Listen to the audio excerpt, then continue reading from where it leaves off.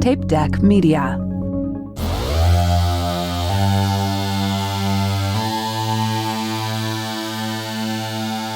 See you at the party, Richter! Hello and welcome to See You at the Potty, Richter. My name is Chris Chapman, and joining me, as always, is my co-host, Aaron Frescus. Hey, And joining us once again, a special guest, is Erika Shasky. Hello. And we are going to continue our coverage of Arnold's 1993 action comedy movie thing. So I'm going to hand it over to Aaron, because he's going to tell us some more stuff about the movie. yeah. Also, Joe's not here. It's his birthday today, so Yep, so we have murdered him. yeah. Okay. What? Nothing. I was going to say, we have arranged a The Game style situation for him, so you might not hear from him for a few weeks. Yeah. He is distracted. So if you hear some gunshots in the background, don't worry about it. Okay. All right, I have a few promo videos that we're going to check out, but before we get to those, I figured, why not close out our production coverage by finding out how Last Action Hero's key players dealt with the film bombing both critically and commercially. And if I know anything about these show business types, I'm sure they'll have no problem with taking their share of the responsibility for the film's failure, you know? Oh, yeah, for sure. Yeah. Known for their integrity, these people. Exactly. Exactly. And not passing off the blame at all. No. Not at all. Yeah. Anyway, okay. So let's start off with the head honcho, Columbia Pictures chairman Mark Canton, who, according to the book Hit and Run, was rumored to have spent his 4th of July weekend, 1993, quote, slumped in a chair in his den like Michael Corleone in The Godfather Part 2, watching a print of Jurassic Park over and over again. What? Yeah, unquote. And I really hope that's true because it's just funny and sad at the same time. That's hilarious. Oh, Yeah, I don't know. really sad. Yeah, but funny too, because fuck that guy. Just sitting there watching the scene where Jeff Goldblum's like, you were so preoccupied if you could, you didn't think about if you should. Then he rewinds it and plays it again. I think the only thing funnier would be like if it was like a little less Michael Corleone, The Godfather 2, and a little more like Leonardo DiCaprio from The Aviator. Like, you know, where he locks himself in the theater and he's putting jars of piss outside the door. Just watching Jurassic Park all naked and scraggly haired, somehow with like a full beard and over like a weekend. Jars of pee sitting in the corner of the room. Anyway, of course, old Mopey Mark denied that this happened. He denied the rumors. Yeah. Basically writing them off as ridiculous by saying, quote, "Oh, please. What, are you kidding? Why would I be doing that? The jars of pee go in the center of the room." They give the film a nice sepia tone when I put him in front of the projector. I might have misquoted him on that last part, but the rest of it was, yes, it was like up until the pee part, it was, why would I be doing that? Yeah. Yeah. Anyway, by the way, Canton actually did take some responsibility for the film's failure, or at least as much as a studio head is actually willing to take. Yeah. Because he admitted that he was wrong for assuming that just the fact that Arnold was starring in the film meant that it would be a guaranteed success. Yeah. Ouch. Which is true. Yeah, but ouch. For sure. At the same time, he's not taking responsibility for any particular thing he did. No, that exactly. Like I said, as much as one will. Yeah. Wait, ouch on Arnold's part? Yeah, kinda. I see. Like, I thought he was a bigger star than he was, but clearly, No, he was as big as they think he was, like, but I think just they feel just like that's what he's saying. yeah. Which I that's a didn't think little about. bit the undertone of that statement. It's like, Man, yeah, I don't know. that's a hell of an ego check right there. Damn. Yeah. Sorry. But yeah, so he also admitted that the short production schedule was a problem, saying, quote, "I would never want to make that date again. You're promising something too extraordinary and it can just cause backlash." Hey, there you go, buddy. Yeah. He then says something that made it seem like maybe he didn't actually learn anything from all this. When he like continues by saying, quote, "Failure is not the end game. It is an almost inevitable cul-de-sac on the road to success." Yeah. So, I mean, that's a good attitude to have as like a person, but like, yeah, that's not good for a studio. Like someone that's doing creative shit. Yeah. Just because this one sucked doesn't mean the next one's going to suck. Yeah. This one was supposed to fail. You guys got to see the next one. This one didn't fail as bad as the next one will. Or this one. Or it wasn't as bad as Bonfire of the Vanities. Yeah, exactly. This is at least a nicer cul-de-sac. Ooh. Yeah. But yeah, Canton remained as Columbia Pictures chairman for a few more years before eventually being fired in 1996. Mm-hmm. And surprisingly, he wasn't the only studio executive who admitted fault, because good old Sid Ganis, Columbia's head of marketing, also shouldered his share of the blame. His is actually, it's not so however Mark Canton's was. Anyway, so he says, quote, "The goal was to create a blockbuster. Instead, it was a debacle. And the reason was, it wasn't a bad movie. My son has watched it, and he's told me it's not a bad movie. What happened was, we just handled it all wrong, and I, the man who had done the Star Wars trilogy, I was the one who handled it. It was me who fucked it up. Wow. Instead of withholding, we strutted. So that the press, all they could say to us was, oh yeah, which I think it just says, oh yeah, oh yeah. I'm like, oh yeah, oh yeah. That's boom, bow, bow. Sound like the Kool-Aid guy. Yeah. But yeah, all they could say to us was, oh yeah, and they said it time and time again, unquote. And I'm actually kind of it's impressive that he actually owned up to it. That's very candid and took responsibility for a not very good marketing campaign. Yep. Nice. Yeah. And I'm surprised that the studio executives were actually willing to accept responsibility for the film. I'd say that they were probably also the ones that were most responsible for 90% of the problems that they ended up dealing with. Definitely. Which really sucks, because their dumb shit decisions basically meant that people were given shit for the film, quote unquote, sucking, that probably shouldn't have taken so much of the blame. Yeah. Like John McTiernan, for instance. Yeah.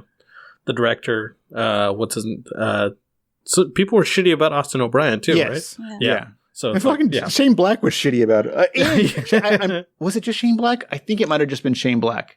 I feel like it was the other two as well. The Zach Penn and Adam Leff. Penn and Leff. I remember they said something. I don't remember if it was specifically about the kid, but yeah. Either way. Anyway, but yeah, John McTiernan, which sucks for him because he was basically handcuffed by the studio's almost unrealistically impractical production schedule. Yeah. It prevented him from making the best movie possible, but then I was thinking about it, and I guess he technically did make the best movie he could have. Yeah, given the situation. Exactly. Given what the time the studio he had. wanted. Yeah. Yeah. And it wasn't helped by the fact that the media took pretty much any opportunity to shit on the film before it was even released, which John McTiernan basically called unfair, later called unfair, saying, quote, "In some other circumstance, people might have, if not applauded, at least noticed the attempt to make an honest movie. I can't be articulate about that. I guess I'm still too hurt." Oh, damn. Jesus. I'm telling you, they broke him. Yeah, seriously. It makes sense what he did. I don't know. Yeah. Yeah, but because of all this, McTiernan decided to take a break from Hollywood, saying, again, another quote, but saying that he, quote, went home and didn't talk to anybody for about a year and a half. Jesus. Stayed in Wyoming and did the hay. Just basically said, he's like, I just had to lick my wounds. Damn. Yeah. He's also admitted in a few different interviews over the years that the film didn't really stand a chance against Jurassic Park, and basically blamed the studio. It's called the studio stupid for being too stubborn to move the release date. Yeah, definitely. For Last Action Hero. And by the way, I might be forgetting someone, but it seems like the film's failure didn't really have too much of a negative impact on anyone's careers. Except maybe Arnold, but anyone involved in the movie, it probably affected other movies that were in production at Columbia, right? Oh, yeah. Sorry. Anyone involved with the movie is what I mean. Yeah. Yeah, it didn't hurt their careers, with the exception maybe Arnold, which people say. Anyway, we'll get to that in a second. But yeah, because John McTiernan would eventually bounce back in 1995 with Die Hard with a Vengeance. Yeah. And I think... Is that the best Die Hard? I've never seen that one, actually. Oh, okay. So I've never seen that one either, but... Yeah. I feel like people like number 3 a lot. Really? I remember number 3 being really popular. Yeah. I've only seen But also, no, I haven't even seen the second one because one was fine. I don't know. Yeah, one's decent. I got the gist. Yeah. Anyway, I think it possibly, as far as her careers, I think it possibly may have hurt the writers' careers a bit if, one, they, most of the writers weren't already super established at that point. Yeah. And two, I think there were way too many of them. Yeah. To pin it on one person. Mm-hmm. because the only two whose careers I think could have been hurt by it, Zach Penn, Adam Leff, were kicked off at the beginning of it. So I don't know. Zach Penn actually spoke about the movie in a bunch of articles, but I didn't pull any quotes because honestly, he just kind of bugs me. Makes sense. I don't remember seeing the kid in anything else. He was in My Girl 2. Then he was before this. He was in Prehistoria, but which is about little tiny dinosaurs. I don't know. I remember watching. When I was a kid. Yeah, he's in Prehistoria or Prehysteria. I think I can't remember what it's called. It's the only thing that I know him from. But I think he was. I'm sure he was in a few things after My Girl too. Yeah, he played the resurrected, like Macaulay Culkin went into his, like Macaulay Culkin's character went into his body. Possessed by the... Yes, he was possessed by the ghost of Macaulay Culkin. By the ghost of a My kid Girl with 2 got allergies. weird. Yeah. What? Did you watch the first one? You watched the first one, right? Yeah. So yeah, it got super weird because she like does like Ouija board stuff, and then Macaulay Culkin like goes into the she pretty much brings him back. Yeah, it gets weird. Yeah. That's all right. Yeah, the sad part was when he goes and tries to convince his mom that it's him. Yeah. Did the mom slap him? No, she started crying and then he ended up leaving. Oh. Yeah, Erika is in for a shock when she watches My Girl 2.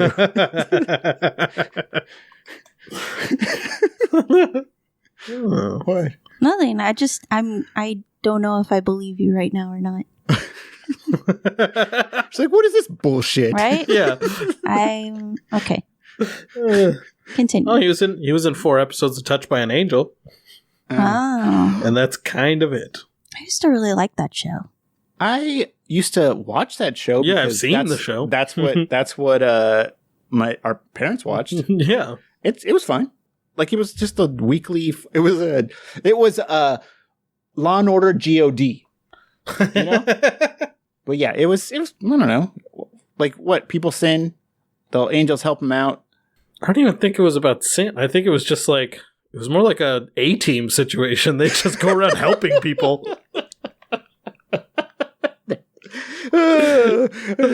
Man, I really wish. No, I wish I knew how to edit because I would totally edit fucking Mr. T and B.A. Baracus into Touched by an Angel.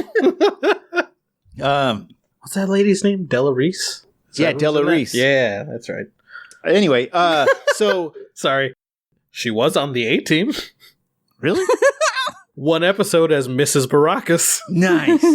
See, maybe she. Oh my God! What if she was his husband, but she died during sometime between when the A-team ended and like when Touched by Angel started? And it's the same person. Yeah. Oh man, that's good. Perfect. It's in the same universe. She's an angel. Yeah, she's an angel. Yeah, she died it's her, and became an angel. What's the I don't know. Irish lady's name? Monica. Or I think that's her name on the show. Maybe. Patty O'Hurlahan. Wow. I don't know. I just remembered seeing the people on it. Roma Downey. So, yeah. Anyway, so I do have one quick quote from Shane Black, who, as we know, was not a fan of the finished film.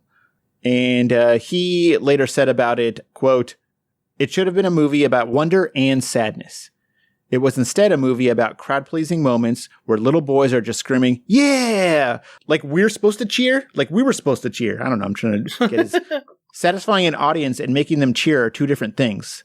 I think that in Last Action Hero, they made this very obvious movie that tried to please everyone and ended up pleasing essentially no one." Unquote. And good burn. Ouch. Yeah. It could have used a few more fart jokes, but it was a good burn.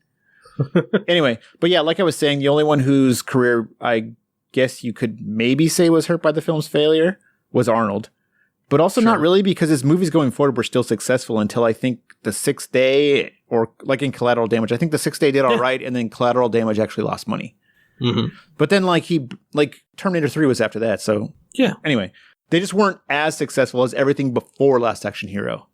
Yeah, and I sincerely doubt that really has anything to do with Last Action Hero so much as Terminator 2 was an insane success. Exactly. Because pretty much every actor has like a career peak, and his just happened to be Terminator 2. Yeah, exactly. And he sort of touches on this in his book while discussing the aftermath of Last Action Hero, mentioning how at the time he would tell himself that the movie not doing well would have no impact on his career. And that it didn't really matter anyway because, quote, at one point or another, you're going to get the beating. It's written like he talks, so like it kind of like throws me off a little. Anyway, That's funny. it could have been another movie. It could have been 3 years later. It could have been 5 years later, unquote. Yeah. But that actually made me wonder. Okay, so let's say Columbia actually had pushed the release date in order to fine tune the movie a little bit. Like, maybe even held a few more test screenings to get a better idea of what works and what doesn't, as well as like giving them the appropriate amount of time, or like at least in a reasonable amount of time for post-production. Yeah. So like, let's say they did all that stuff and the movie actually ended up doing okay critically, which would help boost its box office numbers a little bit at least. Plus it would probably just get a basic boost from not being right next to Jurassic Park. Yeah, exactly. You know what I mean? Yeah. Like it still like would be no Jurassic Park. Sure. But let's say it was like a moderate success, like something like a Kindergarten Cop. Yeah. Which was, I would say, a little more than a moderate success, but sure. Anyway, if all that happened, which movie of his do you guys think he eventually would have gotten all that shit from the media about, like, that he got for Last Action Hero? It's got to be Junior, right? See, I don't know how Junior did, but like, I can't imagine it's amazing. Maybe I'm wrong. Even at the time, I don't remember that movie being like popular, like people thinking that was amazing. Yeah, that was my note. I said Junior, but then I did a quick look at the numbers, and I'm not sure if it was considered a bomb. But it didn't look like it actually lost money. Got it. Plus, like, they just went in for it, like, before, because they were attacking him, as far as Last Action Hero, like, it seems like they were pretty much rooting for him and the movie to fail pretty much from the beginning. Yeah. And then went in for the kill when the movie didn't turn out to be as good as they were, like, hyping it up to be. Yeah. Which I don't think they were doing with Junior, and I don't think happened again. I was my poor research skills before this. I don't think happened again until Batman and Robin. Yeah. Okay. So I kind of forgot about Batman and Robin. That's probably the one, because I think people probably give him a lot of slack when he does comedy. Yes, you know what I mean. So like, and it was an adult comedy. Yeah, I think it was still PG-13, but Junior was PG-13 too, or not Junior? Twins, right? I don't think it was R. Was it? I want to say it was. I thought it was PG. R. I don't really. Well, just because could be totally wrong. PG. Okay, it was I PG. said all right. PG. Yeah, I thought it was at least PG-13. Okay, well, I was wrong. But yeah, I know I wasn't researching as thoroughly back then, like when we covered Batman and Robin. Yeah. But from what I remember, all that vitriol was mostly aimed at Joel Schumacher. Yeah. That's true. And I'm curious if it would have got like shifted because they're just waiting for him to like. He said they're basically like waiting for him to like fail or whatever, like, you know. Mm-hmm. Yeah, for sure. And I also think that maybe one of his last movies, besides Terminator 3, that was as hyped up as like, I think that was one of his last movies that was as hyped up as his like movies were in the late 80s and early 90s. Yeah. But that movie made money. Although I'm curious if its numbers would have taken a little dip if that would have happened. But it's also a Batman movie, so it's like established IP? Yeah. So it's a little bit more bulletproof than those other two movies. Yeah. Than Last Action Hero or Junior. Definitely Last Action Hero, because it's like original. Yeah, right. Exactly. Have you seen Junior? Yeah. So I was trying to think like which movie you would think that he would start getting shit for, but like Junior. For sure. I think he was, which I'm curious to like get into. You have a like person that's typecast for a very specific type of role, and then all of a sudden he's playing a pregnant guy, like. Yeah, but at that point, what was that? That was, I think it was Last Action Hero, True Lies, and then Junior. So what is that, like 96? I think that were they both in 94? There's no way. No, 96 was Eraser. Maybe 95? Or maybe it was 96. Yeah, you're right. No, 96 was also Jingle All the Way too. Oh yeah. You're right. Oh yeah, so maybe it was 95. I don't think it came out the same year as 90. He's like, I have kids to pay for. I'm just going to accept everything. 94. Okay, well, it's 94. Okay. I would assume that came out after True Lies. Because if you went from Last Action Hero to Junior... Yeah. That would be And I also know that he didn't go from Last Action Hero to Junior. So that probably came out at the end. Like how Kindergarten Cop did at the end of the year, like for the holidays. Yeah. Anyway, okay. Sorry, this is what happens when I get a little extra time to write. I'm like, I wonder, because I usually won't indulge into that when I'm in a hurry. But okay. Speaking of my mind wandering, I'm assuming we can all agree that Terminator 2 was the peak of Arnold's career, right? I mean, it's got to be. Yeah. Okay. What would you guys say was the peak? What was his peak as an actor, like as far as ability and performance? I know there isn't there isn't really a wide range of, like, as far as the types of roles he plays. Yeah.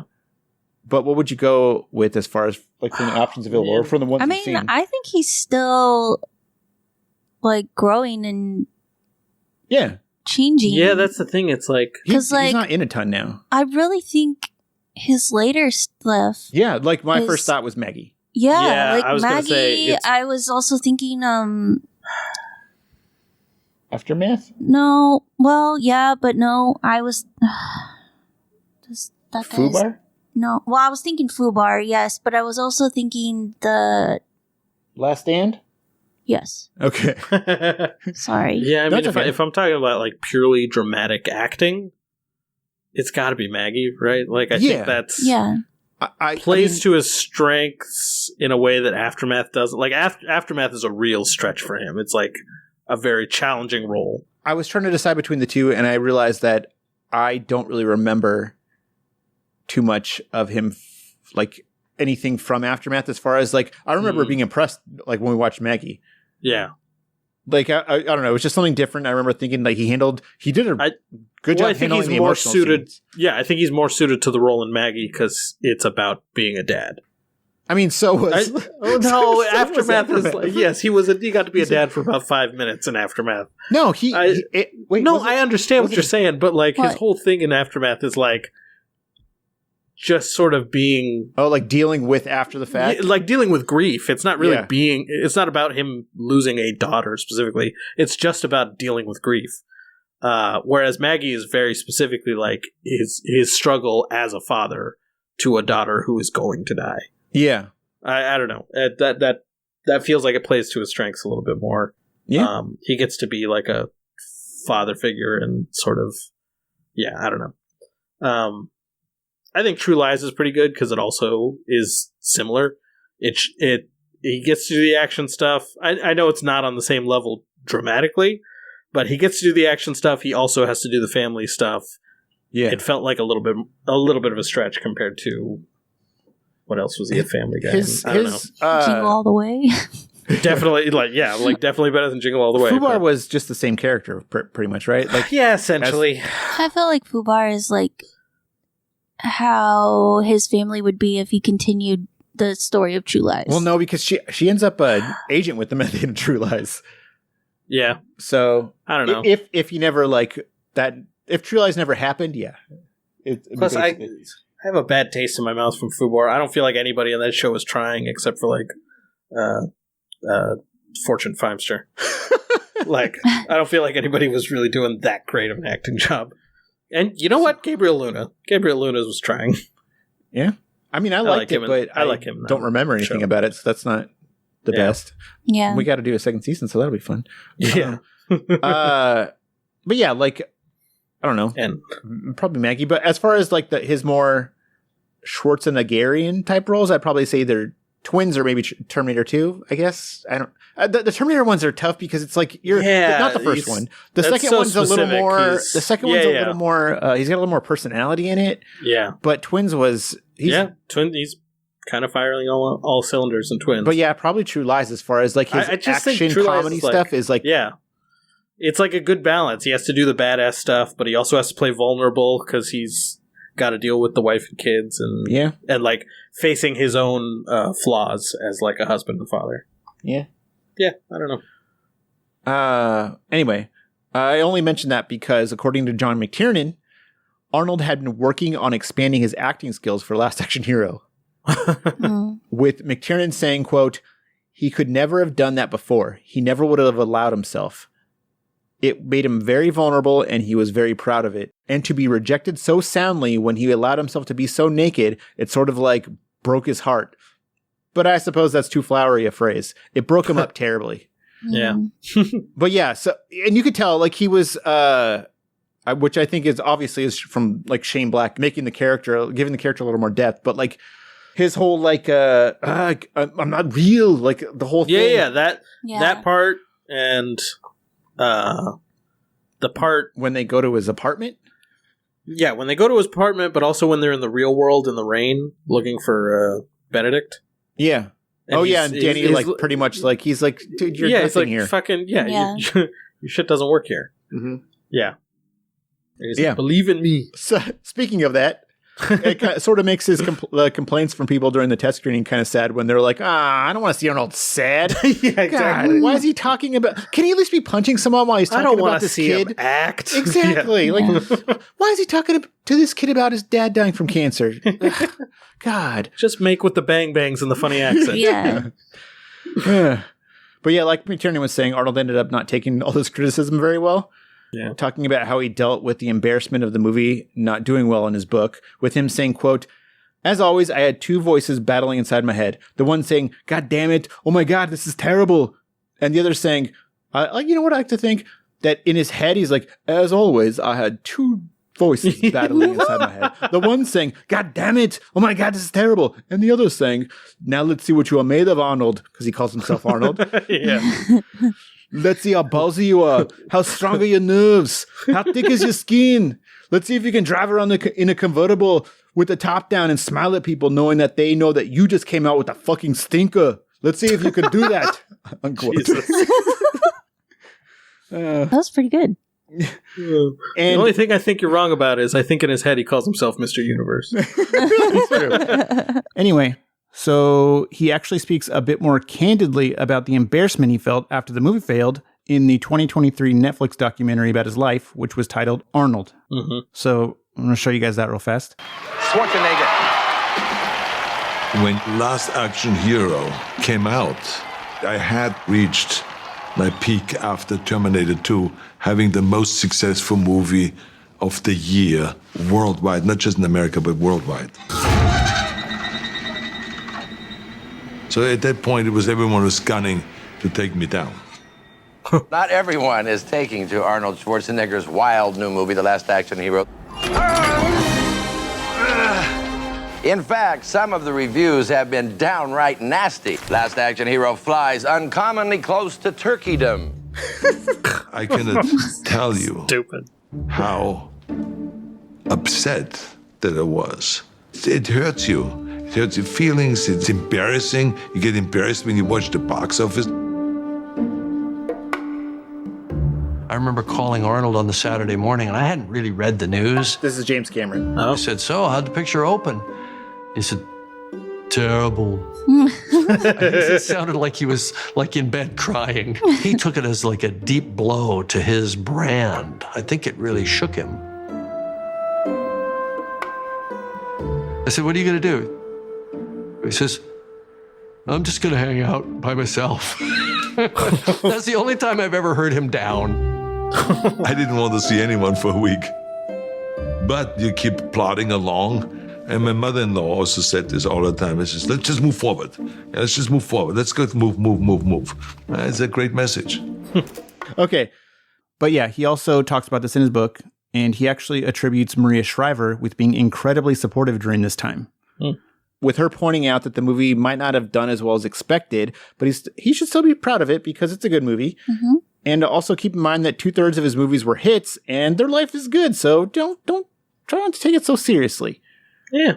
But yeah, despite that, he admitted he still struggled when it came to keeping up his usual cool, like carefree facade. And this was this is all in his book, but it's saying, quote, "When you feel embarrassed like I did, you tend to assume the whole world is focused on your failure. I'd go into a restaurant and somebody would be like, 'Oh, hey, how you doing? I see the new movie's out. That's great.' And I'd feel like, 'That's great? You motherfucker. Didn't you read the LA Times?' But in fact, not everybody reads the LA Times or Variety or goes to see every movie. The poor guy probably knows nothing about it and just wants to say something nice." I don't think he actually said that. He does end up giving a few reasons why the movie may have failed, one being the PG-13 rating, with him later acknowledging that it may have been a mistake in a quote that I love. He says, quote, "In hindsight, if the kids see a PG-13 rating, they say, 'Well, I've heard you talk about that, Arnold. You want to tone down the violence. I'm not interested in that. I want to have the limbs come off. I want to have the heads come off like in Total Recall. I want to see bodies flying around.'" Unquote. And dang, that man has a way with words, doesn't he? Yeah. He's got bodies flying around. He's on a crane. Yeah. No, they need to be dead bodies, though. It was a dead body. That's true, also. But at least that reason makes sense. Like a lot more sense than another one that he mentioned a few times over the years, with him basically agreeing with John McTiernan that all of the negative media coverage, like pre-release, ended up hurting the movie at the box office. Mm-hmm. But like the media only went after them because of how arrogantly overconfident the studio was, right? Yeah. It's all like the marketing shit. Exactly. Like the way they were hyping the movie as the greatest thing ever, and the over-the-top promo stunts. Yeah, definitely. Well, not according to Arnold. Well, yeah. Who claims that actually the beating that both he and the movie took from the media was in fact politically motivated. Oh. Yeah. With Arnold telling the Hollywood Reporter in 2023 that the media went after the movie before they even saw it. Mm-hmm. And that the onslaught of negative media coverage was actually a political attack leveled against Arnold due to him campaigning for George H.W. Bush during the 1992 presidential election. And have I mentioned before that he sort of like worked with the first Bush administration? I don't think so. I mean, maybe it was mentioned in passing, but I don't think we went into detail about it. Maybe just a quick mention in the Kindergarten Cop episode, if anything. But yeah. So he was the chairman of the President's Council on Physical Fitness and Sports. I do remember that. He was the chairman from 1990 to 1993, and he was appointed by Bush Sr., who I guess he was pretty good friends with. He even had a nickname for Arnold, Conan the Republican. Which I was going to make fun of, but that's kind of clever. I guess. I mean, whatever. Yeah. I don't know. I'm sure it feels worse now than it did back then. Yeah, maybe. But anyway, as far as the media going after him in the movie, he goes into a little bit more detail about it in his book, saying, quote, "As long as I've been on a roll, I've never been attacked for being a Republican, even though Hollywood and the entertainment press are generally liberal. Now that I was down, they could unload. Reagan and Bush were out, Republicans were out, and so were mindless action movies and all that macho shit. Now was the time for Bill Clinton and Tom Hanks and movies that had meaning," unquote. And yeah, 1993 was totally time for movies that had meaning, like In the Line of Fire, Menace to Society, Son-in-Law, Weekend at Bernie's 2. You know, he does a funny walk in that. I don't know. Dennis the Menace. Yeah. Jesus Christ, yeah. That actually made me curious, and this is me just totally overanalyzing stuff, but do you guys think it's possible that one of the reasons he believes the media backlash had to do with politics is because he had a pretty substantial role with the more obvious reasons? Like, in the more obvious reasons. Like, he was a big part of that. Like, the marketing campaign overhyping the movie. Yeah. Like, he was pretty much in charge of, more or less in charge of the marketing campaign. Yeah. And again, 100% speculation, but we've all been there before. You just can't get, like, you kind of lie to yourself. You're kind of so out of touch that you're just principal skinnering it. Yeah. Man. Well, I feel like that's a thing that happens a lot in Hollywood is every Republican in Hollywood thinks he's a fucking martyr. Yeah. But Look at I don't know, current. man. What? I said, look at current stuff. Yeah. Yeah.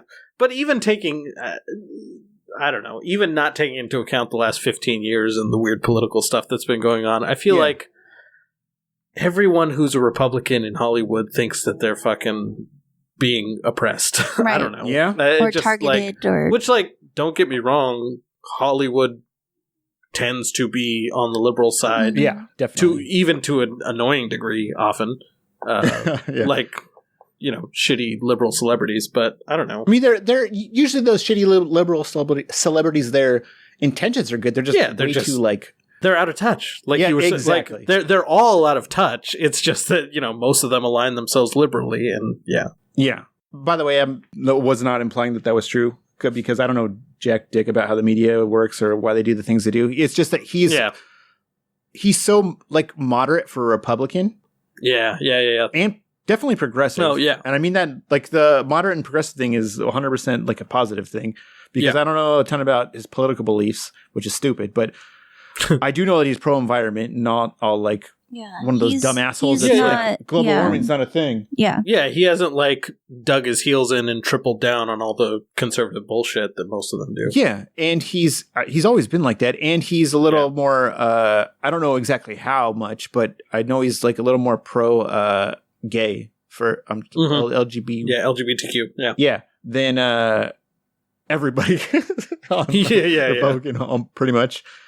Anyway, so yeah, when it came to like pointing fingers at the responsible party, unlike John McTiernan, Arnold made sure to let it be known that he did not blame the studio for any of the problems that the movie faced. Sure. But in such a awesomely backhanded way, saying, quote, I could have sit here all day and say, those motherfuckers, they didn't come through with the promise. They didn't bring the trailer out. The ad campaign was shitty. John McTiernan is a low forehead. Never again. Boom. But that's not the case, because I love those guys. They're a great team. Everyone did their best and no one shortchanged anyone. Unquote. But it's just I love it. He's saying he's not talking shit about them, but he's also kind of talking shit about them. He's like, I wouldn't say those things. Exactly. He's like, I don't blame anyone. Not Mark Canton with his little girly arms. Not even Anthony Quinn with his flabby old man body. No. I wouldn't say that because I love them. Exactly. They're good guys. Yeah. By the way, Arnold is one of the few people who, to this day, still speaks fondly of the movie. In fact, in that same Hollywood Reporter article that he mentioned the political stuff, he also calls Last Action Hero his most underrated film. I would agree. Yeah. Saying, quote, Last Action Hero was great. It wasn't fantastic, but it was underrated. Now, more and more people are seeing it and saying, I love this movie. I'm getting the residual checks, so I know. So I know it's true. Yeah. That's great. I guess that's good for now, if that's okay. Okay. Yeah. We'll stop there. But we will be back, hopefully later this week, to finally finish off the production stuff. For real this time. You can look forward to a shorter episode where we check out some promo videos, as well as learn a bit about the Arnold movie that was lost to time, at least partially due to the underwhelming performance of Last Action Hero. Thank you so much for listening, and, as always, See you at the party, Richter! if you enjoy our show, please consider giving us a positive review on Apple Podcasts or your podcast app of choice. You can follow us on Twitter and Instagram at The Potty Richter to make sure you never miss an episode. See You at the Potty Richter is a production of Tape Deck Media. Follow Tape Deck on Instagram at TapeDeck_media, or look us up on Facebook for more hilarious podcasts. This has been a Tape Deck Media production. Thank you for listening.